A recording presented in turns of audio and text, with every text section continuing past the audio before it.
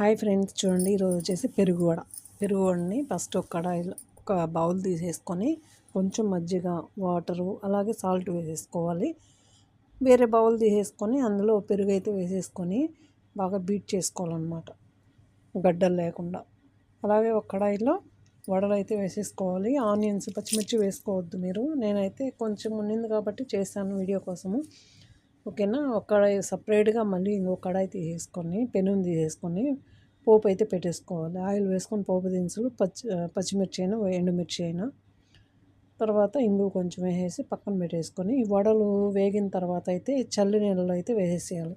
మజ్జిగ నీళ్ళు ఉన్నాయి కదా, దాంట్లో వేసేసుకొని కొద్దిసేపు అయితే ఉండిచ్చేసి ఈ పెరుగులో వచ్చేసి మనం కొంచెం సాల్టు, మీ ఇష్టం మీకు ఏది కావాలో, కొత్తిమీర, పచ్చిమిర్చి, అల్లం తరుగు, తర్వాత వచ్చేసి క్యారెట్ ముక్కలు అయితే వేసేసుకొని బాగా కలిపేసుకోవాలి. కలిపేసుకున్న తర్వాత ఈ వడలు తీసి ఇందులో వేసేసుకొని కొద్దిసేపు అయితే అలా పెట్టేసామంటే ఊరుతుంది.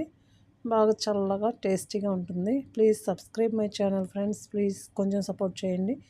Thank you for watching.